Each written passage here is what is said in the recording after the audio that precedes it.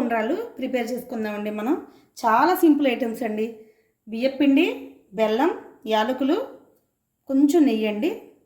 ఉండ్రాళ్ళకి మనం కొంచెం పాకం ప్రిపేర్ చేసుకుందామండి. కొంచెం బెల్లం వేసుకుందాం, వాటర్ పోసుకొని స్టవ్ వెలిగించుకుందామండి. బెల్లం పొయ్యి మీద పెట్టుకుందాం. పిండి మనం బౌల్లో వేసుకుందామండి.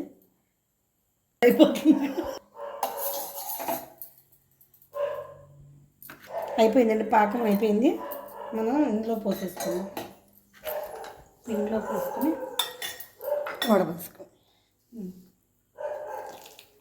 వడబోసుకుందామండి. ఇలా లేకపోతే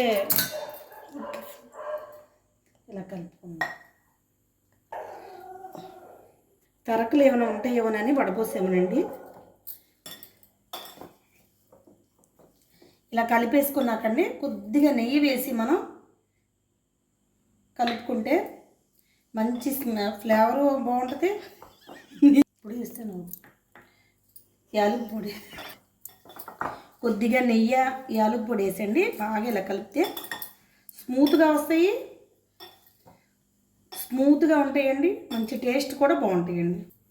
ఇందాడ కొంచెం నెయ్యి వేసుకున్నాం కదండి, ఇంకా మనం నెయ్యి ఇలా అద్దుకోపోయినా నీట్గా వస్తాయండి మనకి.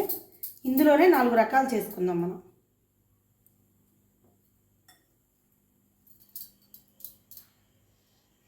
ఇట్లా ఉండలాగా చేసుకోవాలండి. చేసి పైన కొంచెం ఇట్లా అనుకుని,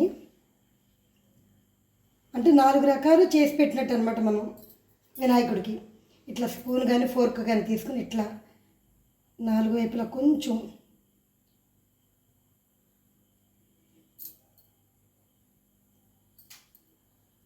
అన్నాం అనుకోండి. ఇట్లా అనగానే చక్కగా ఇదిగోండి ఎలా వస్తుందో, ఇట్లా వస్తుందండి.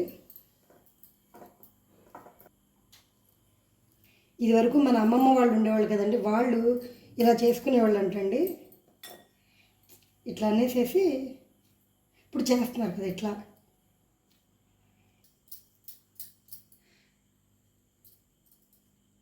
ఇంకొక రకమే ఇట్లా మనం చెక్కలు చేస్తాం చూడండి, అట్లానే రౌండ్గా.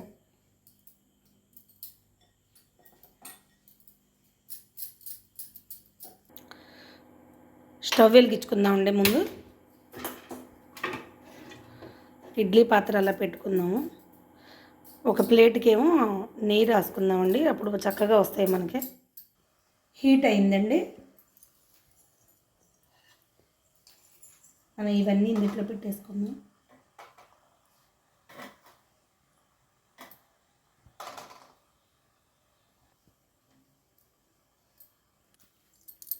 మూత పెట్టేసుకుందామండి. స్టవ్ వెలిగించుకొని 5 మినిట్స్ ఐలో పెట్టుకుందామండి. 5 మినిట్స్ సిమ్లో పెడితే అయిపోతాయండి. ఉడికిపోయినాయండి. మనం ప్లేట్లో తీసుకుందాం. నేను ఇలా చేయి పెట్టానని మీరు పెట్టకండి, కొంచెం నా చేయి వేడి పెట్టిద్ది. అయిపోయినాయండి. రేపు వినాయక చవితికి మీరు కూడా ఇలా ప్రిపేర్ చేసుకోండి. ఎంత స్మూత్గా ఉన్నాయో చూడండి.